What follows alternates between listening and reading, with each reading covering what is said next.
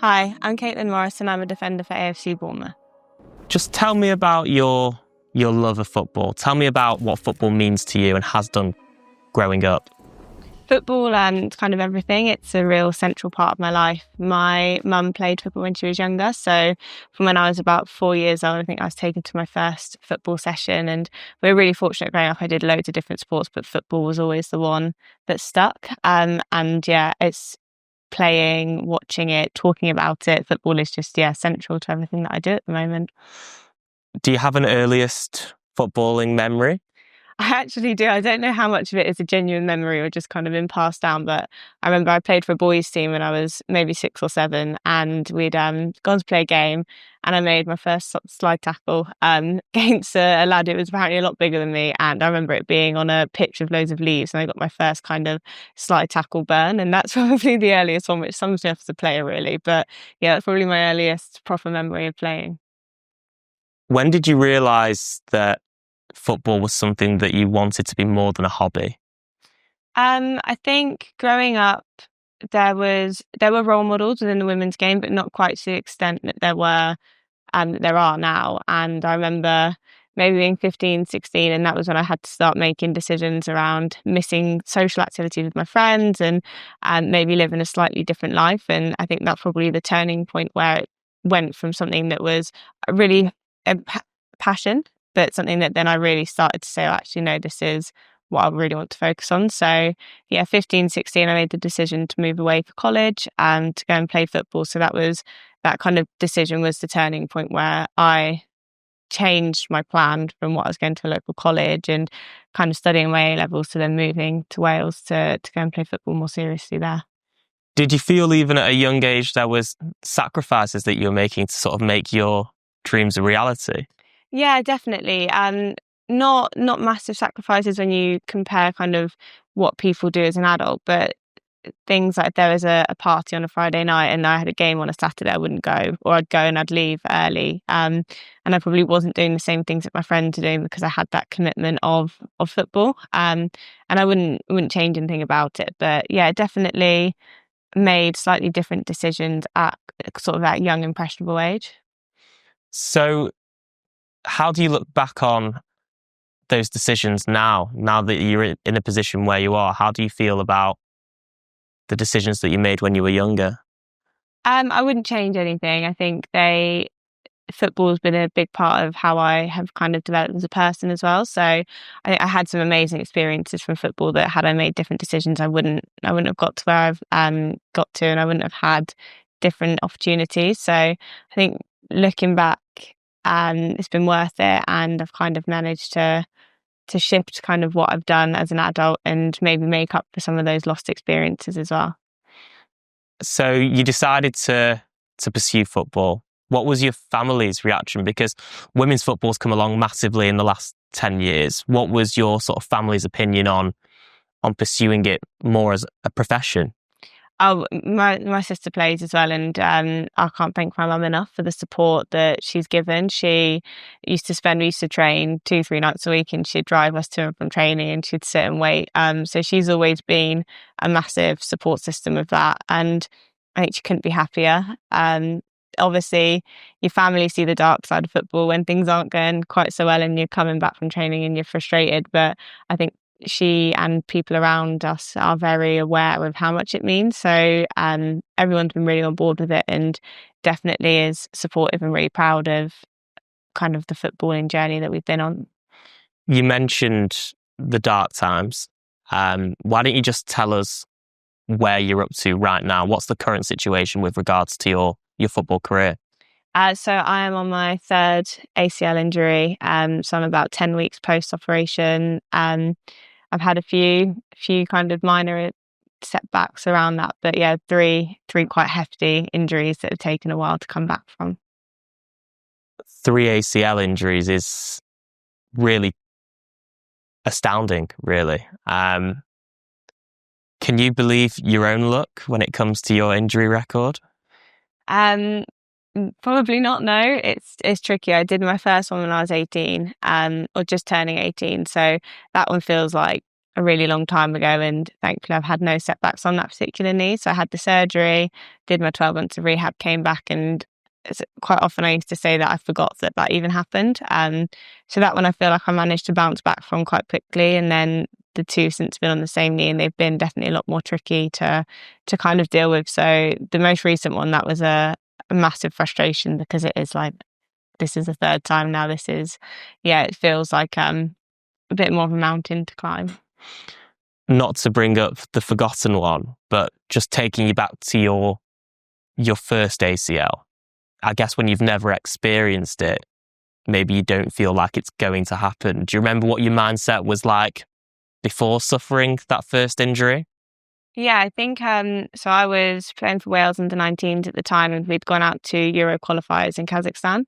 So it happened while I was in Kazakhstan, and kind of had heard the term ACL floated around, but hadn't really met many people that had experienced it. So when I first got injured, I suspected that maybe there could be a chance that it would be that, but I wasn't sure. So I came back from Kazakhstan. I ended up going on holiday for a couple of days, and I had my 18th birthday. And then I remember I went to the doctor, and I had my scan, and he was doing all these tests afterwards. And the girl I was living with had come with me, and I was giving her the thumbs up, because she was saying, "Oh, this feels really good." So in my head, I'm thinking, "Oh, it's nothing too bad." And when he said that, "Oh, your ACL is ruptured," I think it took a moment to kind of process it and realize what was going on. I'd been in a really good place. I was playing some of my best football before the injury, so it was really frustrating. But I had a really good support system to kind of bounce back. So I felt quite positive after the first one, and felt like I was going to get back from it. What happened after you got that news? I take a while to process things in general. So I think for the first, I was really fortunate. Where I'd been away with Wales, I was on insurance and everything was kind of covered. So I think I had my surgery within 4 weeks. So I didn't have much time to kind of think about what had happened before the surgery. And once I'd then had the surgery, everything was just focused on rehab. I remember maybe about 6 months in, I had a bit of a moment where I was like, this is really, this is really rubbish. But I was at college at the time, and we were kind of an academy type setup. So it was really easy to kind of just push away the emotion, and just, I was in every day. I was doing loads of rehab. I was seeing all the girls and my teammates. So I kind of pushed it away. And yeah, it took a while for it to kind of come to the surface. What was the feeling like of actually, when you did it on the pitch? What did it actually feel like? Because we all hear these terms, ACL rupture, and we know it's serious, but sometimes you see players play on with it because of the adrenaline initially, or walk off the pitch, and it gives the fans hope that it's not as serious as it could be. But what is that initial feeling like of when it happens? It's my first one was non-contact. I just literally went to turn, and the pitch wasn't great, and it's a really weird feeling to describe.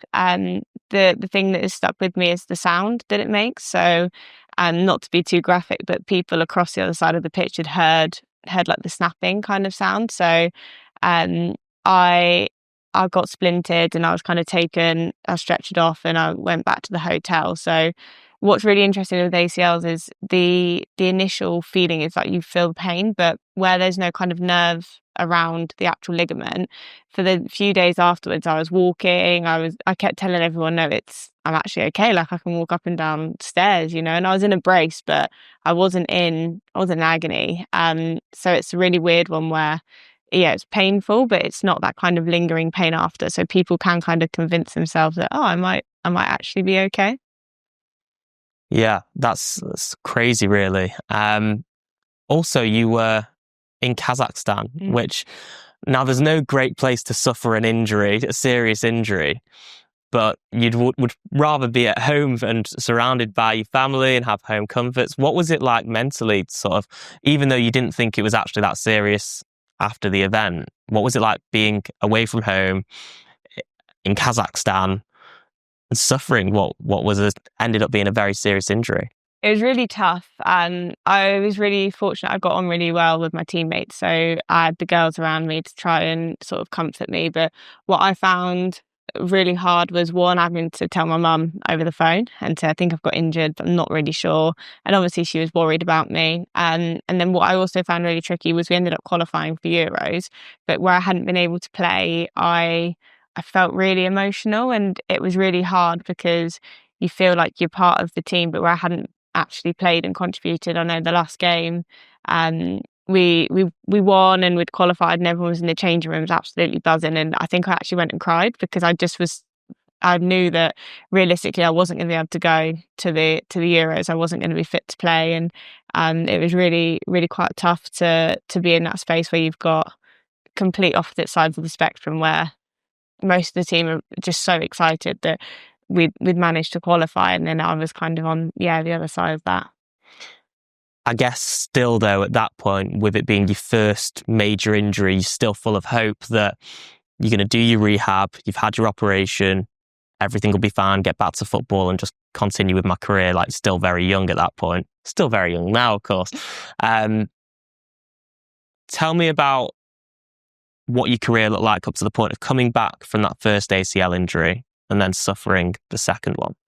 So I did my first kind of 6 months of rehab with my college, and Wales are really supportive. So I was seeing physios all the time with them. And then at Southampton FC started up a women's team. So I was finishing college and I'm kind of from Southampton area. So I came back, went to university and then played for Saints. So I did my final 6 months of rehab with Saints, and then I played with them from the 2018-19 season up to the 2022-23 season. And I mean, had some amazing memories with them. We got promoted 3 times on the bounce, had the weird COVID year in between. But yeah, I'm really grateful for the time I spent with Saints, and I've got friends for life from there. So that was a really good experience, and played in some big matches, played a couple of games at St Mary's. So yeah, it was really positive.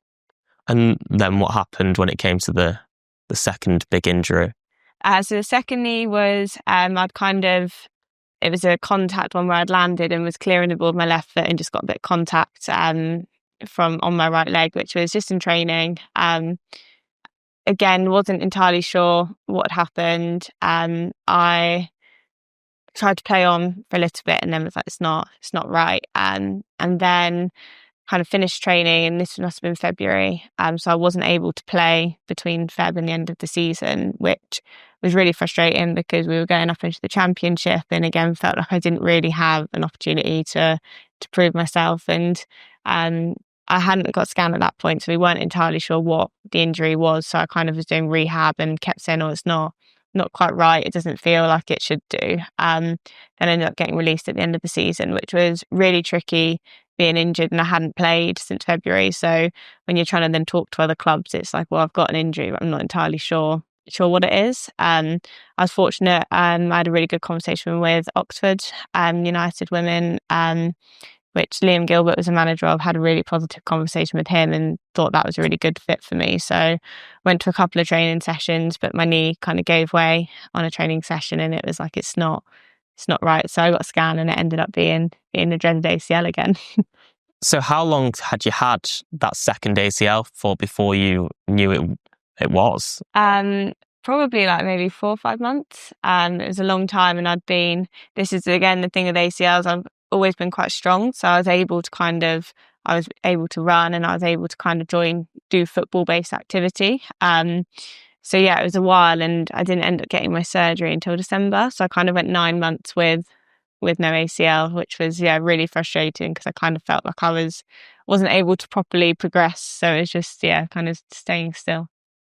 How were you over that time? Because that's a lot to go through. First of all, suffering the injury and knowing something's not right, being released, then finding out that the injury that you'd suffered was actually as bad as it could be, and then having to essentially be out of football for about 2 years. It was really hard. I'm very critical of myself, and I think once you've been released from a club for whatever reason, I think the automatic mindset you have is you want to bounce back, and you want to prove that you are good enough to play at that level, and you want to get back on the pitch and get back into a space where you're enjoying it. So I find it, it's quite tough when you've kind of had that opportunity taken away from you. And I think I really struggled with that more than anything, was this, that, well, actually I wanted to go back out and prove a point almost, and I wasn't able to do that. So it was frustrating. It's probably the word I'd used the most throughout this. But again, I was very fortunate. I had a woman called Shelley Proven who I'd been with at Saints, who'd also gone to Oxford, and we'd lift share. So she had a lot of time in the car from me kind of venting and being upset, and getting kind of through it with her. So she was a really big point for me to kind of be able to have that safe space. You mentioned your mum as well at the start, and how big a driver she has been in your sort of career and sort of enabled you to pursue your dreams. How was she and just your family in general in terms of supporting you during that really tough time? Yeah, I mean, they were brilliant. My mum's done her ACL before, and my sister's done hers. So we are there's probably something genetically that means we're more predisposed to it. But I think they understand, they get it, they understand how it feels. And with my sister being in football as well, she can really relate to it. So it's I'm really fortunate on that, and they've been amazing with just being that kind of, when I need someone to be positive and pick me up, that's kind of when they're there. And then on the flip side, if I need someone to pull me back a little bit and say that might be a little bit too soon, just slow down. So it's been nice to have those kind of reasoning people around me. Yeah, that's really important as well. So you managed to come back again. When was that? When did you manage to sort of make your return to football? So I had, while I was waiting for my surgery, I ended up damaging my meniscus more. So I had a tear, but I made it worse. So I ended up having my ACL repaired and my meniscus repaired. So that was in December. By the June, my meniscus had retorn again, which was a chance that it could happen anyway. So I had to have another surgery to take out the meniscus, which kind of pushed me back a bit. And then I started doing rehab with Bournemouth in 2024. So I think by the time I played a competitive game for Bournemouth, it would have been in maybe August time. And I think it had been, I don't know the exact days, it had been 900 days, I think, plus since I'd played a competitive fixture. So it was a long time. I'm sure it was around 900. I can't remember exactly. I can probably find out, but it was a long wait to get back out onto the pitch again. What was that feeling like when you did manage to get back onto the pitch? I cried a lot, I think, happy tears, but it was amazing. And I had loads of people come and watch the game. I had my friends, my family, like lots of people who came down to support me, which was lovely. So it was almost just that relief. And like I said, I love football. So being able to go back out and play in a competitive fixture was amazing. So what month was it that you came back and played in? It would have been August 2024. Okay. And we're now in May 2025, and we're sat here, you're 10 weeks post-surgery on your third ACL. When did you suffer the third ACL? And just talk me through what happened. So I think it might have happened September kind of time, end of September, start of October. So 1 month after coming back. Yeah, it wasn't long. Yeah. I was just playing, getting 90 minutes for the reserves team just to kind of because you come back after such a long time out and you're not as sharp or as fit as you think you should be. And like I said, I'm quite critical. So it was, I wanted to get any opportunity to get minutes. And again, just in a challenge, I've got caught slightly wrong, and unfortunately it's happened again. I think if I look back reflectively, after my second one, I was in a bit of a transition period with clubs, and Oxford was a really long drive, and I probably lost a little bit of motivation around my rehab, and I didn't do it as well as I probably could have done. And I think during that period I found a bit of a different lifestyle where I lived a different life, went on holiday, I had a social life, and that kind of shifted the dynamic. So if I was to be completely reflective, there's probably more I could have done with rehab. But again, I was in a situation where I didn't have local access to facilities, and I didn't really have as hands-on treatment as I had with the one before. So really frustrated that the third one happened. But Bournemouth have been absolutely amazing with the support and getting me through the surgery. And then I'm seeing the physio 3-4 times a week at the moment. So that's been really good.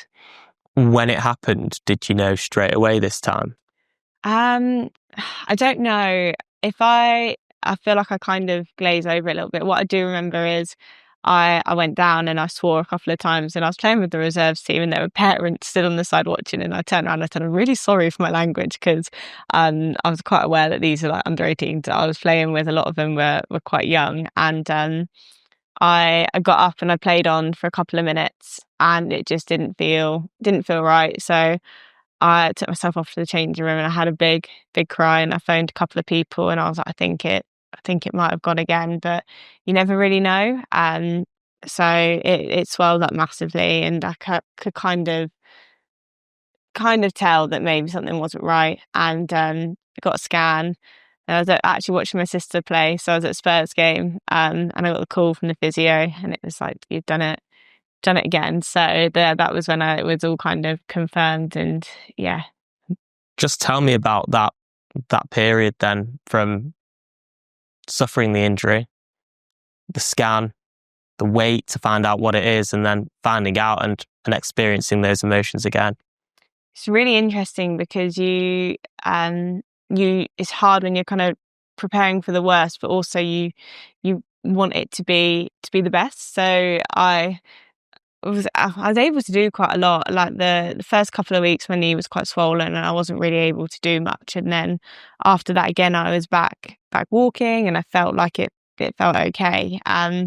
So it's that kind of debate. It's a constant internal battle where it's like, oh, it might be something minor. You might be okay. You might have just twinged something, and then there's also the flip side where it's like, oh, it might be your ACL again. So you don't ever really know which way to approach it, and it really swings. So on my up days when it was feeling really good, and I've just been to the gym and I was strengthening, it's like, oh, actually no, I think it will be fine, and I'm okay. And then you get kind of the flip side where you feel it feels loose is probably the word I'd describe it, and then I'd say, oh, actually that doesn't feel good. So it's a kind of constant mental battle, and the highs and the lows are quite extreme. So you get that call, and I'm sorry for putting you back in what's obviously Okay. been quite a traumatic time. How did you feel when you got given the news? Um, it's a horrible word to hear. It's a horrible line to kind of hear, and I think I'd literally had to go into the concourse area of the stadium. So I'm in the middle of a football game, and it was all quite overwhelming. Obviously I was devastated, but my physio was really good, and she just said, we will get you back from this again, and like we're going to have everything in place. So it's quite comforting to know. And I think for a lot of players, the worry with ACLs is around the rehab and the recovery and the surgery. So I've been really thankful for all three of mine, that I've had kind of club support with the actual finances of the surgery, because a lot of players don't get that, which is a really daunting kind of thing to go through. And there's always that anxiety around, well, if I'm injured for 12 months, that's a season. So actually some players are injured and they're not in contract, and that's kind of where I was with my second one. Was I'm not officially contracted to a club, and you've not guaranteed that support. So it was really a comforting thing that I knew that Bournemouth were going to be kind of behind me and supporting me through it. So as much as there's that real like devastating kind of feeling, there's also the optimism where it's like, okay, but I am going to do it properly, and I'm going to have hands-on treatment. So it was quite a conflicting kind of moment.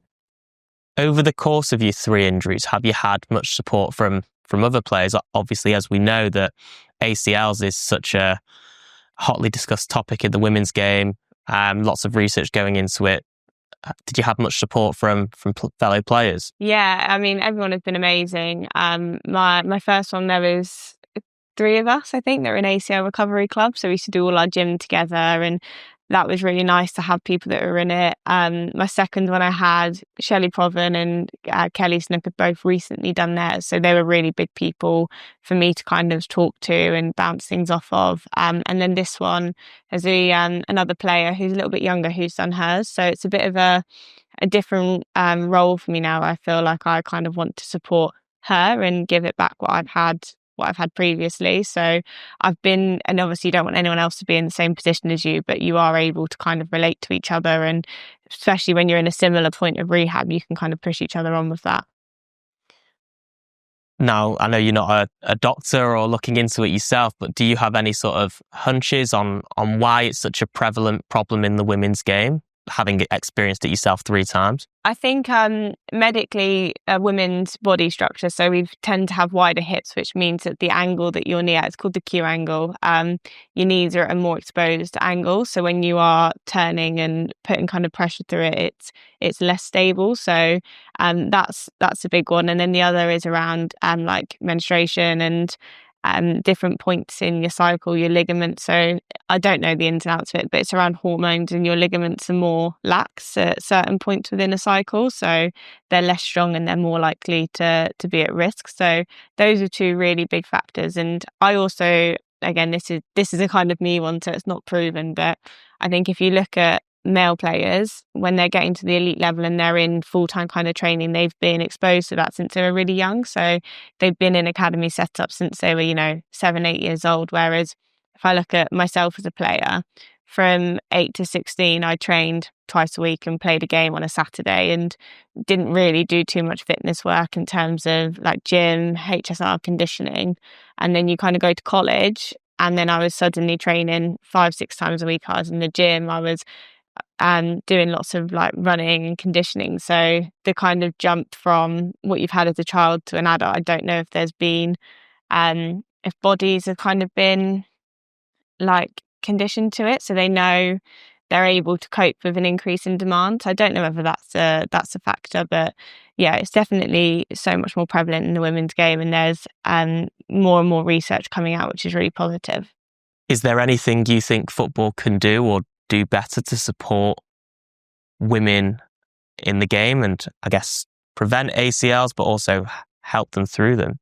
There's a lot of research going on around prevention at the moment, which I think is so key. And even players from like grassroots all the way up, having access to prehab programs and understanding like which muscle groups you need to strengthen to avoid it is definitely a key one. And in terms of the support, it's a lot of it is around that financial support, because the NHS waiting lists for an ACL reconstruction are quite often over a year. So it's a really long time for someone to be affected. So the more clubs can kind of support around that surgery and the rehab afterwards, the absolute better.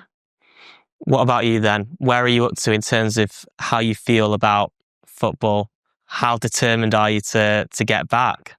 Football is such a weird sport, and I always say to people, it's really tricky for someone outside of football to understand it. But when I'm in the rehab room, when I'm around the team, when I'm watching games, all I want to do is be back out on the pitch. So that's definitely a goal that I have. I think I've got 12 months of rehab to do anyway. So my kind of plan is I'm going to do all the rehab and get back to the point where I can play football if I want to, and then see kind of mentally, physically how I'm feeling when I get there. I'm quite an active person, so I want to be able to live my life. And yeah, I think I'm already at high risk of arthritis and all of that sort of good stuff. So it's just kind of weighing up long term. But yeah, I mean, I'm always going to love football and playing football. So that is, yeah, the goal. But we might, my mum's not massively keen on that at the moment, but we'll see. We'll see if I can turn her around. I guess as well, you've just sort of touched upon the rest of your life. People don't see how injuries affect footballers away from the pitch. Mm. I know that when you suffer your ACL injury, you feel like you can do plenty still while you've got the injury. Then you have the surgery, and then for quite a long time, you can't do that much. How much of an impact has it had on your wider life? Yeah, I mean, it's massive. And again, you kind of gloss over it when you're out of it. But for example, my last one, I couldn't drive for 8 weeks. So to have that independence taken away, I was having to have people drive me to and from physio appointments, and you feel like you're a burden. And I mean, again, I'm really lucky with my support system that people have been able to do that. But having to ask somebody, can you please take me to rehab, and then wait for 2 hours while I do my session and then take me back again is massive. And even just little things like tidying up around the house. I was in a brace and on crutches for 6 weeks, so it's not like I can just go and do the washing up. Everything becomes a struggle, and it is really tough. And time off work, a lot of players have to work full-time jobs alongside playing, so you've then got to have 2 weeks off and hope that your workplace, again, I've been really lucky, but I hope that your workplace is going to allow you to have that time off for recovery. So it's a lot around the just kind of general lifestyle and also that mental feeling. And I know I used to identify myself as Caitlin the footballer, and then once that's taken away, it's really hard to kind of find another identity around that, because I used to really question, or actually I don't really know what else is good about me other than the fact that I play football. And I think for my second one, where it was such a long time, it gave me a really good opportunity to explore that a bit more. It's definitely a tough time, and I think everybody has their challenges with it. What do you think your identity is now then, if you're not Caitlin the footballer? Oh, that's a good question. I've definitely built myself a life. I love my job. I love my full-time work, which is centered around like supporting young people. So I like to think that I'm a positive influence and I can help impact people in a positive way. So that's probably how I would define myself at the moment. Fantastic. Now, I think a lot of people watching or listening to this will be struck by your resilience. You've just outlined how much of an impact it's had on your life. And let's not forget, you've had that three times over, in addition to going through COVID like the rest of us as well. What would you put down your resilience to? Has anything helped you in particular that people could take away from this? I think it's not regretting anything, and you it's something that I love to do. So it's always been worth the risk for me. And bad things happen all the time, and bad things happen in a variety of different situations. And my mindset has always been more, I can't change what's happened, so I may as well just try and make the best out of the situation that I'm in now, because I can't go and take it back, or roll back the clock to before I did it. So I think it's just dealing with it, and you either deal with it and you process it, or you don't. And there's not really, for me, it's quite black and white how you see it. So there's hopefully plenty more memories to be made in football for you. But when you look back on what you've achieved so far, what you've been through, how do you reflect on your journey? I mean, like I said earlier, I've had so many amazing experiences with football. I've been to Kazakhstan, Macedonia, countries that I'd never really have thought about going to. I've got some friends that will be friends for life now, and you really bond with people when you're seeing them so often, and you're in, it's a tough environment being in football sometimes, and you really pull each other through that. And yeah, I think it's built me as a person. Like the resilience and the ability to kind of pull things from a not so great space is something that I think will be really beneficial for me going forward. So I look back at everything with such fond memories, and I think you've just got to see the positives from it. And speaking of positives, your sister is flying as well. Tell us a little bit about her. Yeah, she's absolutely amazing. So she's playing for Tottenham Hotspur at the moment in the WSL, which is incredible. It's been her first season. She recently got nominated for Rising Star, which again is such a testament to her. And she's just had her first call up for the England Senior Lionesses, which just couldn't be prouder of her. Remember the name Ella Morris, because I have so much just faith in her, and I think she's going to go far. Fantastic. Well, Caitlin, thank you so much for joining us on the Centre Circle podcast. It's been great to speak to you, understand what you've been through, and we really admire your resilience in coming back from 3 ACLs. No, thank you for having me.